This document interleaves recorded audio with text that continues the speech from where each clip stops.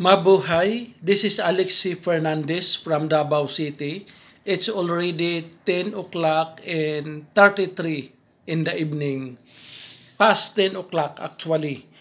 At this moment, I am taking my midnight snack. Pero actually, wala pa alas 11 eh.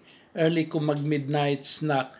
Early magod ako ang dinner kanina. It was 6:30 in the evening.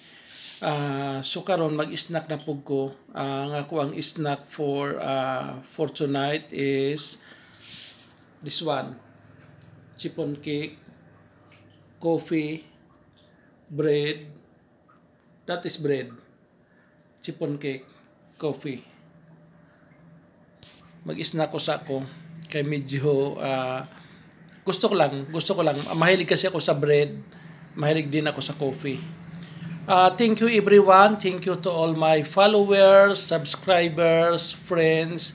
Continue to likes and to shares my video clips. God bless us all.